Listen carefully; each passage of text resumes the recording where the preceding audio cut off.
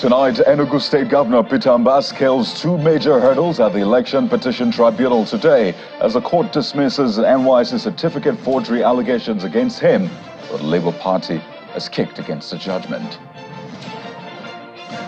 Hello and welcome to Politics Today, live on Channels Television. I am Kayode Okikyolu in Lagos. Well, President Tinubu continues with his engagement in New York. That's the venue of the 78th United Nations General Assembly. One of his latest is a meeting with the United Nations Secretary General Antonio Guterres, where he used the occasion to urge nations across the world not to use human rights advocacy as a weapon to stop African nations from taking steps which are needed to reform their economies. He said Africans are facing challenges of those he described as scavengers, who are ravaging the continent's lands and oppressing its people on illegal mines, taking our gold and mineral wealth back to developed economies by stealth. Well, the UN scribe, on his part, emphasized that the global body is pushing for key reforms in the institution to largely address frailties and the lack of decision-making power for the developing world. Well, back home, it's another day, another tribunal judgment. And today, the Enugu State Governorship Election Petition Tribunal dismissed the certificate forgery allegations brought against Governor Peter Mbah by the governorship candidates of the People's Redemption Party, that's the PRP, and the Labour Party, LP. The tribunal, chaired by Justice Kudirat Akonwo, held that the petitioners, Mr. Chris Agu of the PRP and Mr. Chijioke Edoga of the LP, failed to prove the allegation of forged NYC certificate and non-qualification, amongst others, to stand for the election.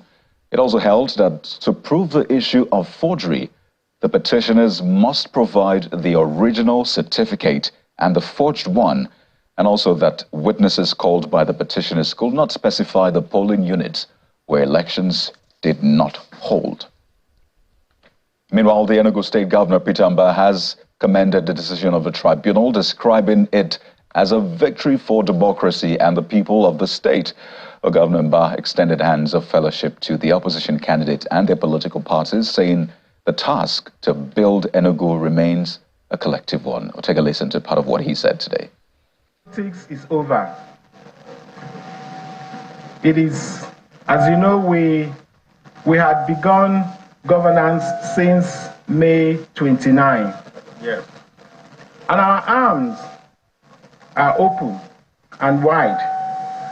We beckon on those our brothers we ran this race with to join hands with us to deal with the task ahead, the task of building the Enugu of our dreams. Yes. So we are going to be urging you, our supporters, to indeed be magnanimous in victory. Let us all join hands together to build the Enugu of our dream. But that's not all on that judgment. The Labour Party has been speaking, and it is not accepting this decision. In fact, vowing to immediately proceed to the Supreme Court to seek redress. The national chairman of the party, Mr. Julius Abure, in a statement described the ruling as a miscarriage of justice, which he says cannot stand. We'll take a look at part of the statement, which was released just after that judgment. He says, in the wake of this judgment, we were aware of a series of visits made by Mbah to Asarok, and we also took note of his level of confidence lately. However, we had ignored these ominous signs while hoping that the blind lady of justice will act impartially. But we're shocked with this judicial endorsement, he says. So that's a reaction from the Labour Party. But let's move on. And it's a quick stopover in Edo State, South Nigeria, where there's been a passionate entreaty from Deputy Governor Philip Shaibu to his principal, Governor Godwin Obaseki, or Mr. Shaibu, who says he is missing Governor Obaseki. He described himself as a loyal servant and pledged support for the governor. So here's part of what he said earlier today. I am a loyal servant. There's nothing that has changed. I took a personal vow to support my governor, and you can see my Catholic people are here. everything about me, if I have a vow with God, there's nothing that will change it. And I can only wish that that relationship that we have, I pray, I know in the next few days and weeks, it will come back. I'm missing my governor really, but by the grace of God, I know God will touch the governor's heart and touch all of us. And even those that are trying to be in between, God will touch them to know that I mean well. If there's any mistake that I've made as human, it's just human. It's not out of maybe wickedness, because I'm not wicked. I have a very clean heart.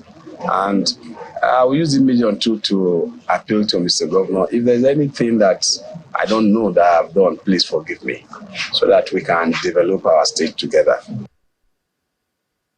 Well, you could easily describe that as, what, a political love letter. So now we wait to see Governor Obaseki's reply to that one, if there will be any. But that's not all that is trending on the political space. Here's your political roundup.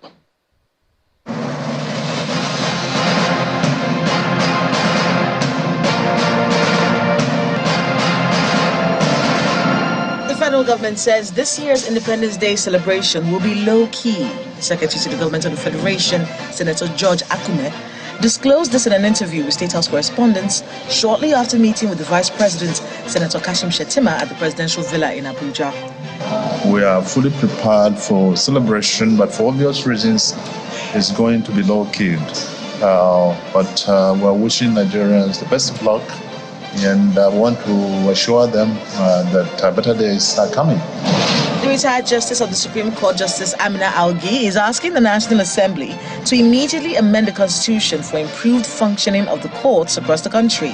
This move, according to her, will assist the justices from the constraints that impede their duties. She was speaking at the valedictory session held in her honor at the Supreme Court in Abuja. Implore the National Assembly to undertake the necessary constitutional amendments. By doing so, this court and its justices can be freed from the constraints that impede their ability to fulfill their mandate of upholding the rule of law, justice, and democracy. The New Nigeria People's Party, NNPP, has been speaking on the judgment of the Governorship Election Petition Tribunal, which nullified the election of the Governor of Kano State, Mr. Abba Yusuf, describing it as a miscarriage of justice. Addressing a news conference in Abuja, the acting Deputy National Chairman of the party, Mweze Ondo, says the decision of the tribunal is a slap on the face of constitutionalism and rule of law, and is capable of further discouraging the electorate from having confidence in the judiciary. The reported judgment nullified the free, credible, and globally acclaimed fair election of our governorship candidate, Engineer Abba Kabi Yusuf, and presently awarded the election to the APC candidate Nasiru Wawuda.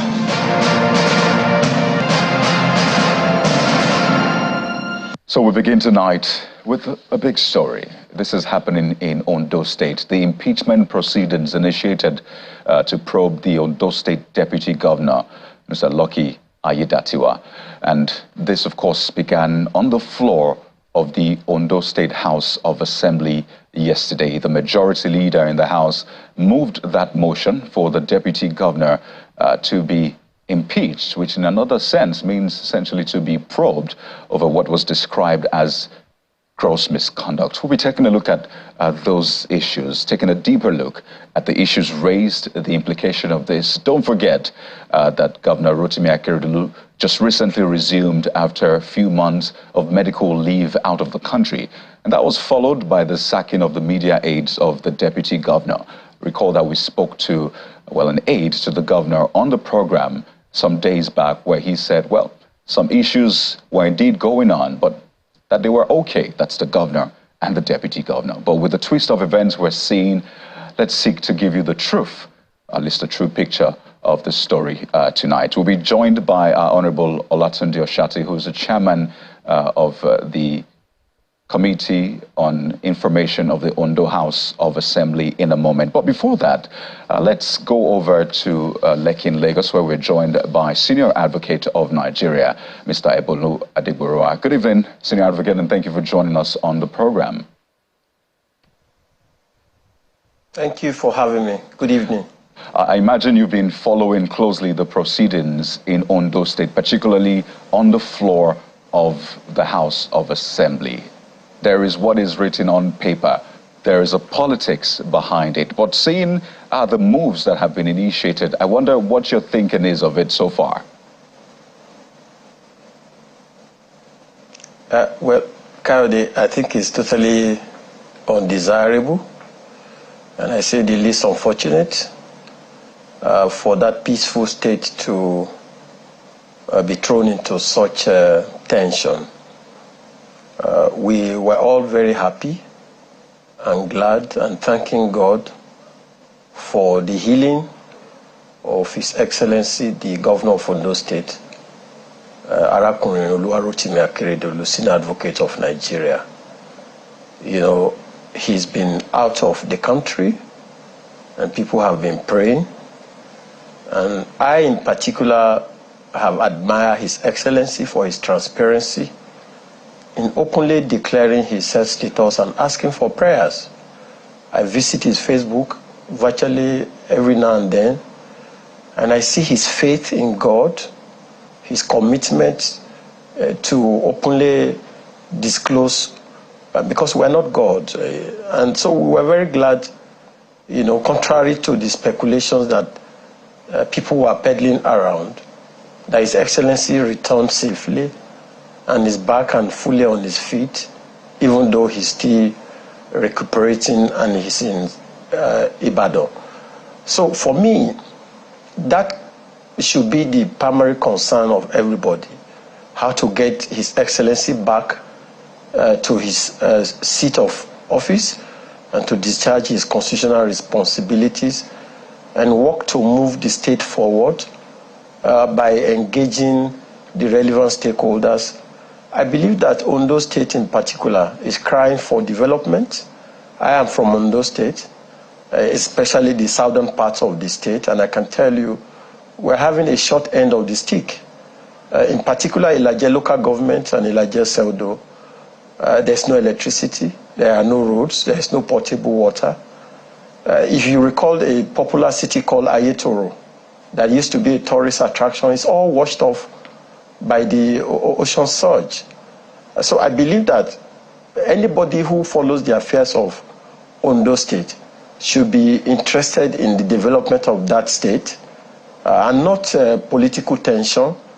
The current governor and his deputy will leave office by the grace of God probably in February 2025. They have just a few years to go. They've been coming together for the past 5 years. I see no reason why this kind of tension should come at this particular time. But that is not to say if there are cases of misappropriation, if there are cases of gross misconduct properly established, and indeed that are genuine, you cannot hide or keep those under the carpet. But of course, you know how politics go in Nigeria. People just cook up all manner of allegations in respect of whatever political agenda they have. And I can tell you, Kayode, I know His Excellency, the Governor of Ondo State, as a man of courage and transparency and accountability. I'm sure he's not involved in all this. And so I believe that in the course of time, he will play his fatherly role and call all the gladiators to order and let governance take his center stage in that state. I don't think that this is the time for this kind of political tension. So there's the issue of separation of powers, and you say you believe that he's not involved in this. So how do you expect him to intervene in this when constitutionally the powers are meant to be separated, the executive and the legislature? So what constitutional backing, what powers would you think the governor would rely on to intervene in this, since you say you believe he's not involved in this? Yes, as you know, the governor had a challenging first tenure with his former deputy, Honorable Agbola. the same scenario that played out now, played out then, if you recall, when similar steps were made to impeach the then deputy governor, but it could not go through. And it's also because of this issue of disloyalty. You know, His Excellency had a challenge of health even at that time. So it was this same scenario that played out then, and it's playing out now. And I have tried to investigate it, and I think that the gladiators are trying to incite His Excellency against his deputy to claim that while he was acting as acting governor, he was disloyal. I was told that some people were said to have published obituary of His Excellency, which I investigated and discovered it was not true. Everybody in Ondo State were all praying, and I recall, if you go into the details, the deputy governor as acting governor then led the State Executive Council to conduct prayers. So why I'm asking the governor to intervene these days, he's the father of the state, he's the head of the Executive Council. For the allegations that I've seen, I'm told that it was said that money was approved for the purchase of armored vehicles, which I investigated is not the case. No single amount was said to have been allocated for that purpose. So in order for there to be unity, progress, the governor and the deputy are from the same political party. And I believe those who are initiating this process are doing so, dropping the name of the governor from what I have found out.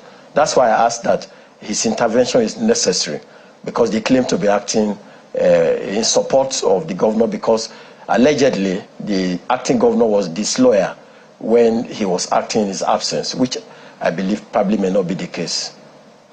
Let's break this down, Senior Advocate. Is this an issue with the process or perhaps the propriety and constitutional power empowering the House of Assembly to carry out this impeachment proceedings? What exactly do you have a grouse with? Is it the process? Is it whether or not they're empowered by the Constitution? Or what exactly is it? Well, you know, before we came online, you played the tape of the deputy governor of Edo State. I think generally, for me, we must come to a stage when those who occupy positions of leadership should find a way to put behind their personal interests in order to move governance, in order to make sure the responsibility entrusted to them by the people is executed faithfully. And so it's across Nigeria. I'm just wondering why it's impossible for a governor, for the president to work together. Like how you recall, President Obasanjo had a running battle with Elijah Atiku. It's the same thing that's happening in Edo State. It happened in the first tenure of the governor of Ondo State, and it's happening now. So my grouse is simply that these opportunities for people to lead their state correctly should not be dwarfed by matters of lack of due process. And in this particular case, for instance, if you read the allegations, I mean, it's quite very funny. And I say funny with respect, because I tried to investigate and found out that as we speak today, the deputy governor lives in his own house. He has no access to government house in terms of official residence. The deputy governor uses his own car. You know, so I believe that when you throw up this kind of frivolous allegations, for instance, people have camps. The deputy governor has his own camp. Those who are doing this have their own camp. You can imagine that the House of Assembly of Ondo State will not do anything until this particular matter is resolved. Lawmaking will be in the background. Right. The issue of supervising departments will be in the background. Kayode, as I speak to you, you cannot pass from Ondo to Akure or Wena. It's cut off. People have to go through Ipetu in order to go to Akure. And the same thing, you know, is happening in respect of governance, you know, in terms of the NDD, Niger Delta Development Commission, where we are being shortchanged because there is this vacuum, as it were. So I believe that all of us, especially stakeholders in those states, our primary responsibility is not to incite or use a process to be able to humiliate people, as it were, especially if there are no genuine allegations, because I cannot support, for instance, that we should bury anything that constitutes a grave misconduct. But I have said it, and I can tell you that there is nothing in Ondo State presently like approving 300 million naira for purchase of armored vehicle. Nothing like that exists at all. Well, Senior Advocate, clearly this is a case you have taken up because you have clearly a lot of information about this. But I'd like you to hold on for a moment. Let's bring in Honorable Olatunji Oshati, who is a Chairman Information Committee, Ondo House of Assembly, to shed more light on the situation at hand. Oh, good evening. Thank you for joining us on the program. Good evening. So, I mean, listening to the senior advocate, he has described some of these allegations as funny, and his question is, are they really genuine? So please tell us about yesterday's move to impeach the deputy governor, or in another word, investigate him for what was described as gross misconduct. Well, thank you so much. And I want to thank the senior advocate as well, because he's learned, and we must give respect to him on that line. But what actually happened is what we need to tell the world. That the processes that deal with the impeachment of governors and the deputy governor are clearly stated. And a situation where you receive allegations. It looks like there's another device which is playing back what we're discussing. So if you could mute that device or move it far away from you, just reduce the volume entirely, because it's clashing with what you're saying, and it's really difficult for even you to concentrate appropriately. I've done that. I've done that. Fantastic. Please go ahead. Can you hear me clearly now? Yes, I can. Yeah. Like I said, I just have to appreciate the senior advocate, at least for what he has said. You know, we are House of Assembly, and House is different from whatever people may feel about what's going on here. There are allegations, and when you have allegations that are so many, what is expected is for us to investigate. The allegation cut across what the senior advocate has just said, and it borders also on morals, because we all know what actually happened in Ondo State, and we know what happened to our governor as well. And we know, just like the senior advocate has said, we prayed and God answered our prayer. There are some allegations that borders on emotions that we don't want to take it off emotionally, which by the time we finish our investigation, we'll be able to explain better to the person we allege. Part of the allegations was what the senior advocate said, and we have many of them, and it borders on misconduct. And just like we used to tell our people, there is no point eating the policy, but it is our duty that when you receive petition, the best thing for us is to look into it. And we said it on several fora that we are not shunting. We are just doing our job. And our job is to investigate. And by the time we finish, you know what we see, that we are not after we shunting anybody, but we are after sanitizing the system. So, Honorable, can you just quickly walk us through these allegations? The 300 million naira, which was alleged to have been used to purchase armored vehicle, that one tops the list. But what are the other allegations? How many are they? No, there are about 5 allegations with us here that borders on misappropriation. Let's just group it up.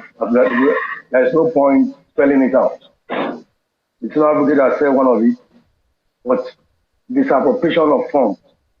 Those were the allegations from the petition.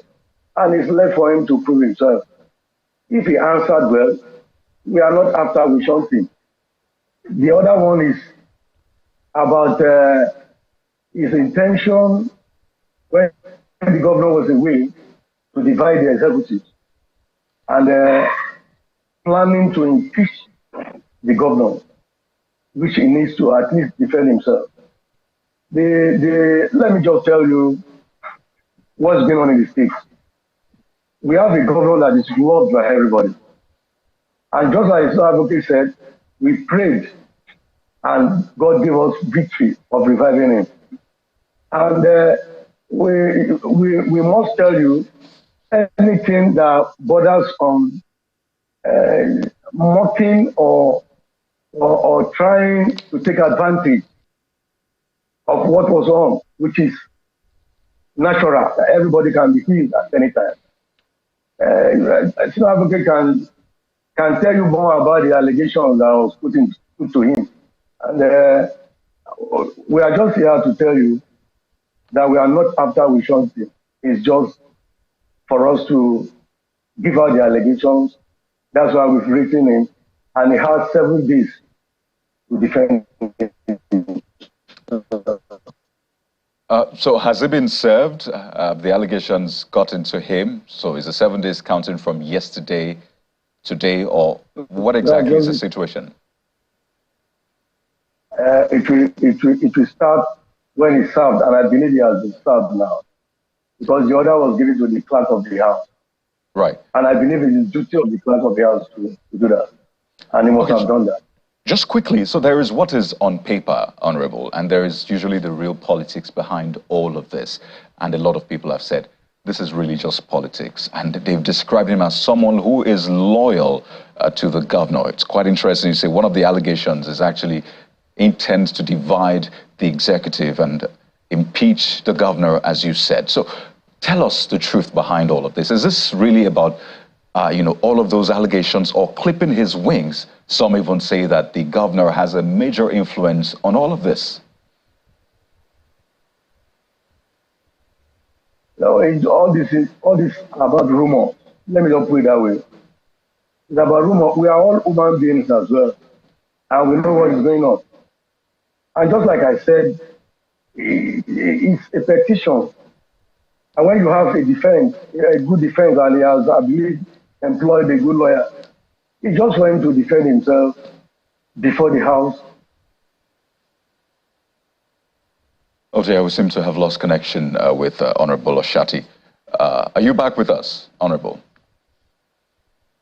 Okay, well, we'll continue on this conversation, really, because it's a major one. We've seen what played out in Edo State, still playing out in Edo State. Perhaps has not been escalated to this level, but what exactly is going on? Is there a resolution to this?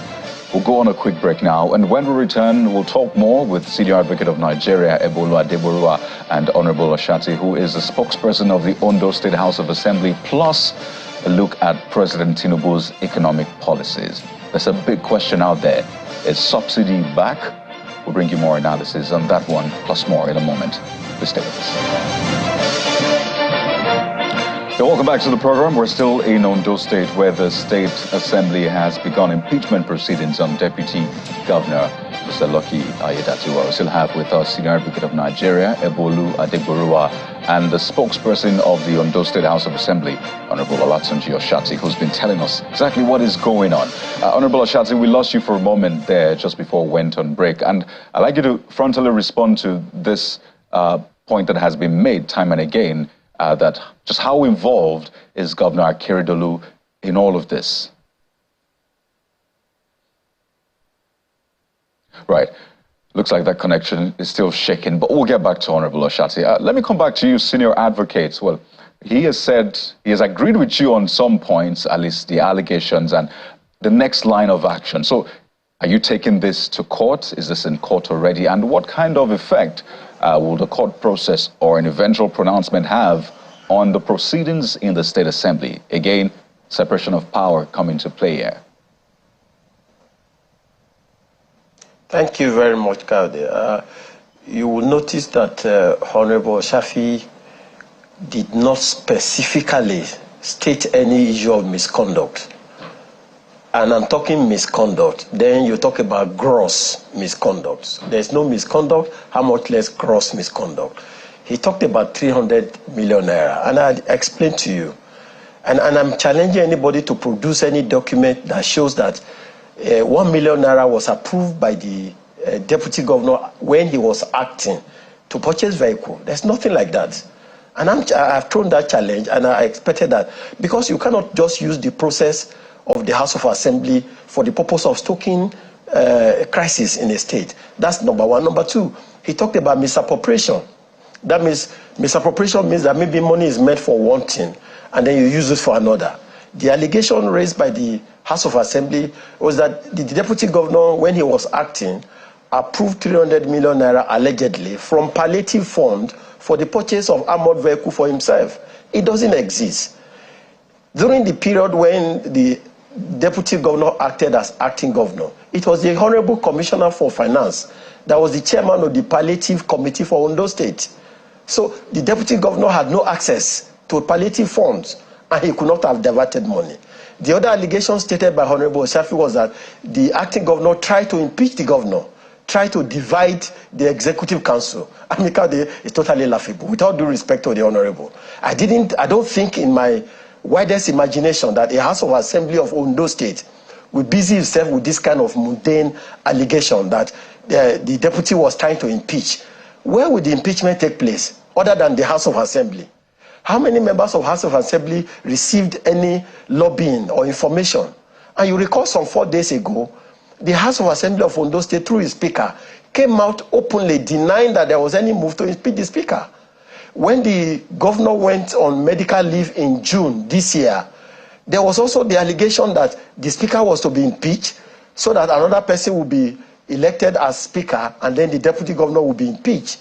So I'm saying that it's been in the pipeline, this lobbying for the purpose of removing the deputy governor. It's been in the pipeline, and I see no reason for it, because there is no basis at all, either in law or in fact. He's talking about emotion, and that emotion, Kayode, is that it was alleged that the deputy governor, through his aide, published an obituary of His Excellency. How can anybody do that? Can we play God? Like I told you, go to Ondo State. Everybody was praying for His Excellency to return safely. And everybody was happy and jubilating. So why will he get back, and gladiators who want to put themselves in positions of power for the next election are the one dividing the state? And there's no basis for that at all. And I'm glad that Honorable Shafi cannot tell you any specific instance of any misappropriation other than this alleged 300 million naira, which does not exist at all. So for us, the process will be that if this is true, that indeed is purely political, then there's no basis for that process to go on, because it's an abuse of the Constitution. When we were drafting the Constitution, gross misconduct in our own estimation is something so grave, as in when you hear it, your ears will tingle. But not beer parlor rumor of the acting governor wanting to impeach the governor. How can that be? Well, does he have such power? Let's take this to Honorable Ashati. Or that he was publishing obituary. Did you see such obituary?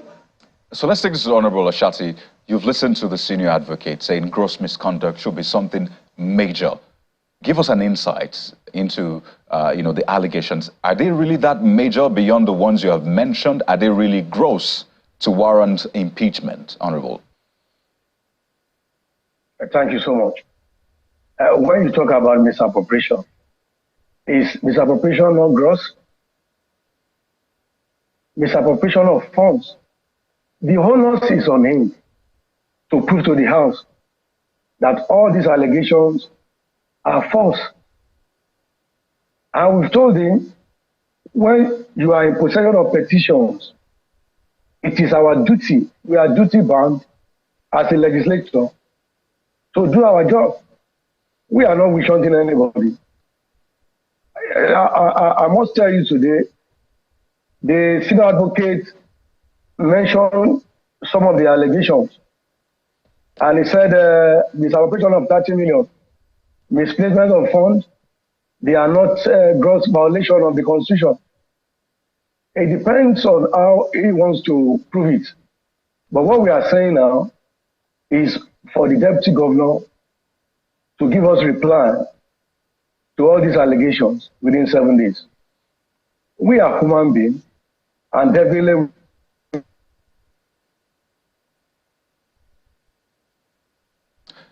Well, it's been a real struggle with the connection there, having this fluid conversation with Honorable Oshati. But let's wind down on this. Looks like definitely we'll be following through with this in the coming days. But I was asking you, Senior Advocate, earlier on about the options available now. Going to court, what will be the import of this? Whether this process can be reversed by the court?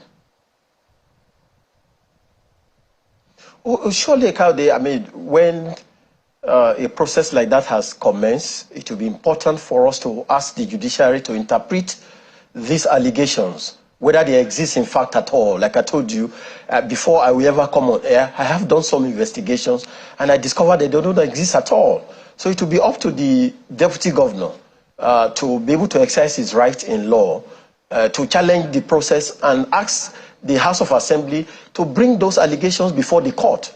Because you cannot just sit down and trump up charges. So they will bring them before the court and show the whole world whether indeed money was appropriated, whether indeed gross misconduct happened, whether indeed efforts were made to impeach the governor when he was away on medical leave. If those things do not exist at all, either in law or in fact, and I'm sure our judiciary will have no difficulty in intervening in that process to ensure that there's no abuse of constitution.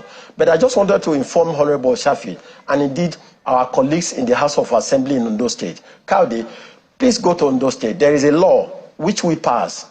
It's called the Ondo State Oil Producing Minerals Commission, or SOPADEC law. Because as an oil producing state, Ondo State is entitled to 13% derivation from the federation account. And that money should go to the two local governments that are producing oil. That is Ilaje local government and Ilaje Seldo.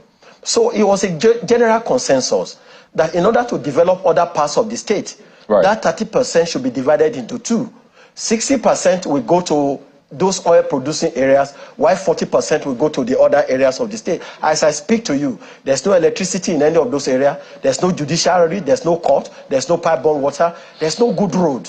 So I think that the House of Assembly should be involved in its oversight functions to, for instance, find out whether the law passed by that House is being implemented. Clearly, there's work to be done, Senior Advocate, but we have to anchor at this point. We'll still keep our eyes on the development. We'd like to thank you so much, Mr. Ebulu Adigborua, Senior Advocate of Nigeria, for your time, as well as Honorable Oshati, who joined us virtually this evening. He's a spokesperson of the Ondo State House of Assembly. Gentlemen, thank you again for your time. Well, let's switch gears now on the program. Thank you very much. Right. We'll switch gears now and talk about the policy of President Bola Tinubu, one that affects you and I and all Nigerians, even beyond. Nigerians today woke up to reports that subsidy may just be back, after all, being paid for through the NNPCL. Recall that the president in his inaugural speech had made the announcement that subsidy is gone. Well, the report cited a Federal Account Allocation Committee report which gave details on that. But some say it was obvious anyway for anyone who has been paying close attention to the recent trade. So let's get more insight on the program tonight. We have joining us Mr. Oluseun Winibide, who is the Director of Budget, and Mr. Kalu Aja, a financial analyst. Gentlemen, it's good to have you on the program. You know, both of you know how to look at the numbers, and for a lot of people who have been watching the price of crude oil in the international market, the price of crude in Nigeria, and of course the price of petrol over the past weeks, they've been raising questions about the state of subsidy. You know the figures, you've monitored them. Tell us, I'll begin with you, Mr. Onibide, is it back? Yeah, subsidy is back. If you put all the numbers to play, definitely. We are having oil prices above $90 per barrel. The exchange rate is around 60 if you adjust for a parallel market, because that's where most people would rather be able to get FX on a quick run. That's around 950. So if you put all the mathematics together in any way, it shows that fuel prices should be retailing for around 850 naira per liter. So they're what, 620, 630, whatever we're doing right now. NMPC or the independent marketers are selling at a discount. So first subsidy, in my own view, is back. So that the government is just honest about it. And there are two controlling factors here, I mean, for fuel subsidy. One is the price of crude. The second one is the exchange rate that you have, so that you are going to use to buy the crude. Both of them have been liberalized in quote, and they are running a liberal market. I mean, you don't have control over oil prices. Your exchange rate, you have left it at some certain level. You've allowed it to float. So definitely consequences like this are going to show up at the end of the day. It's very interesting, gentlemen, and I'd like to show you part of a statement which was released by the Revenue Mobilization Allocation Fiscal Committee, that's RAMFAC. And, you know, it's a quote, the statement released by the chairman of RMAFC, Mohammed Shehu. And this is part of what the statement said. It was a statement that reviewed the activities across board over a period of time. And it says that the Nigerian National Petroleum Company Limited, that's NNPCL, did not remit any amount into the Federation account during the period, either as profit revenue or other revenues as contained in the PIA. Goes on to say that its revenue performance could also not be assessed because neither its revenue target was disclosed nor its revenue remittance to the Federation account was provided. That's part of the statement that was put out yesterday. And let's break this down even further. So we have that even RAMFAC probing it. There's also a FAC statement that has been referenced across board. Is the return of the reintroduction of subsidy, is it necessarily a bad thing? Don't forget that Labour had said that government should not increase, or at least the prices of petrol should not go up further, that it's killing the masses. So is it really a bad thing, Mr. Onibide? I don't think it's a bad thing, but we have to be honest about implications of what we have done. Definitely, we know that increasing fuel prices would create untold hardship on the citizens. That is a matter of fact. For us, the problem with fuel subsidy is the corruption in there. I've always been an advocate for fuel subsidy removal because it's the most sustainable thing to do. But at the point, Nigeria, at the scale of the fuel subsidy, paying 4 trillion, paying 6 trillion, we used excess crude account to pay for fuel subsidy. We borrowed to pay for subsidy. We took Euro bonds to pay for subsidy. Recently, even based on the Daily Trust report, it was part of the LNG dividends that was used in paying for subsidy. It's just horrendous that every point that we should have used to save has been used for fuel subsidy, according to an NPC, for numbers that were not starting off, for numbers that nobody has been able to properly audit. So that's corruption. Has always been my problem. It looks like the government is not able to tackle it. Now we are back into that rabbit hole because we already now see that the answers on the other side are not clear. My own perception is the government can look at the exchange rate. The exchange rate is the biggest problem here. Even if our prices are retailing at $90 per barrel, but if marketers are importing, maybe at a much more competitive exchange rate, maybe that would make things much more easier.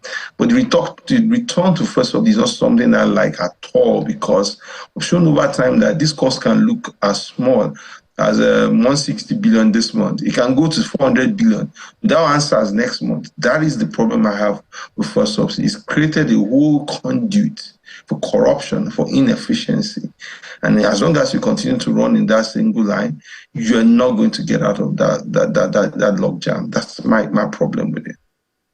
So let me go to Mr. Aja now. And I know you've said quite some things about this on X, and it's generated a lot of reaction, really. And this is coming at a time when the president, in the UN General Assembly had spoken about, the removal of subsidy and how it had to be done such that there can be confidence in the system. So in terms of the optics, Mr. Aja, what do you see?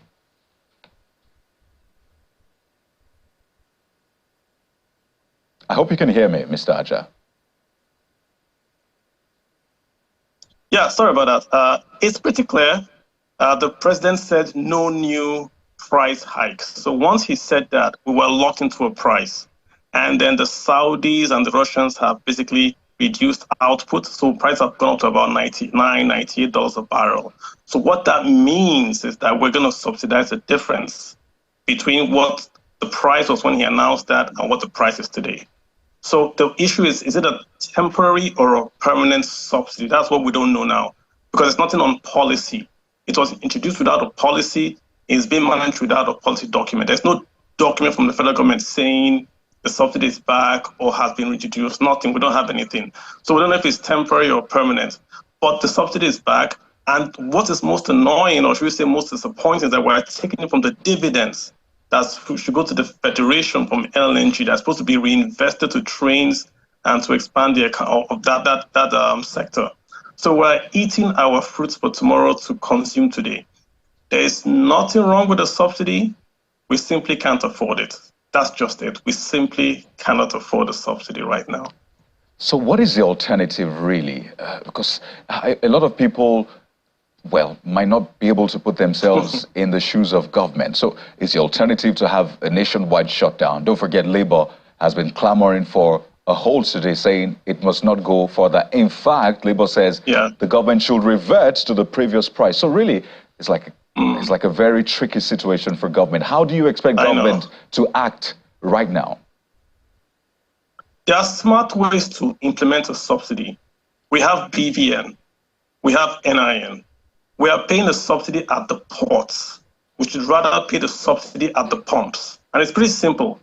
Go to the road safety, register your car, get your BVN, get an NIN, and the government will then do a means test and say, if you pay tax below this level, we can give you a subsidized 5,000, 10,000 a month, paid as e-Naira to your NIN-enabled phone secured by BVN. Once you do this, you can allow the price go wherever it can go to. But the government is going to subsidize specific people secured by biometrics that it knows. So that way you don't have to worry or chase anyone. Export the expensive gas. But in Nigeria, you can pay with e-Naira to pumps via your NIN-enabled phone. So the guys in Cameroon can't get a subsidy because their phone's tower will ping in Cameroon. So we can use tech and do a subsidy to a class of income earners in Nigeria. And then that way we solve the situation. Everyone should not enjoy, quote unquote, cheap fuel. But subsidy must go to who needs it, which is the very, very bottom, the poor, the vulnerable. They can't pay full price for PMS and all that. So have a tiered system. The normal, quote unquote, folks should pay whatever market price it is, but the government must subsidize the lower level. Then if you do it that way, you answer the NLC side and you also answer the market side. That's what we need to do. Okay, gentlemen, let's wind down on this, because for the policy direction of this government, subsidy one of it, foreign exchange is another major one, which we're seeing the effect, almost 1,000 naira now. And just today, it turned out that the CBN would not be holding its MPC meeting as scheduled. It's meant to be the 298th Monetary Policy Committee meeting as scheduled for the 25th and the 26th. It's been moved indefinitely. And you know how vital the MPC is in trying to at least control inflation and monetary policy. So let's wind down on this, gentlemen. What do you expect the Tinubu government to do in terms of policies when it comes to tightening or what have you, the monetary policy? What do you expect the decision to be? I'll start from Mr. Onigbude as we wind down on this. It's a major one that came out today. I think let's look at the state of CBN today. There is no clarity, which is also one of the most unfortunate positions now. I mean, the previous guys, are they officially out? The new guys, when do they get in? I mean, those are the questions.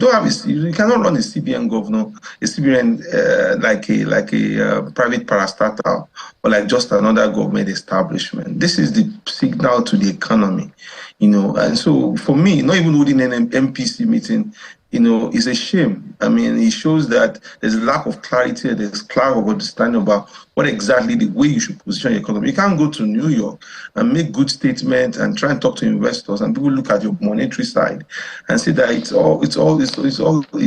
not cohesive. You know, who is in charge of CBN? Nobody can answer that question now. So that's for me the biggest even problem, because at the end of the day, whatever the CBN is doing with MPC rates adjustment is not working. You know, you're increasing interest rates where it's not working. Maybe can chime in also. Yeah. Let's get Mr. Aja's final words on this one. We have to wrap up now. Mr. Aja. Well, the CBN tracks inflation. Inflation in Nigeria is caused by high food prices. You can't use monetary means to bring down the price of food. So they have to stop hiking and focus on getting the price of food down. So tightening is not going to solve the problem. We need to increase the supply of food, which is 51% of the CPI. That's what's driving inflation. I think Shinwo has talked about that we don't have a board. The largest economy in Africa does not have a CBN board. That's crazy. But we need to target food, even if it means a limited import. 6 months to get the food price down, consider it. We need to buy time and tighten. No tightening for now. Yep. Gentlemen, I'd like to thank you so much for taking time out of your schedules to speak on this matter. Mr. Olusegun Oniguide, I know you've been attending events on the sidelines of ONGA, as well as Mr. Kalu Aja. Thank you for the insight on the program this evening. No pleasure. Thank you so much, Kayode. You're welcome. Well, the government has a lot to deal with, but we have to anchor at this point on the program tonight. Thank you for watching. I'm Kayode Okikulu.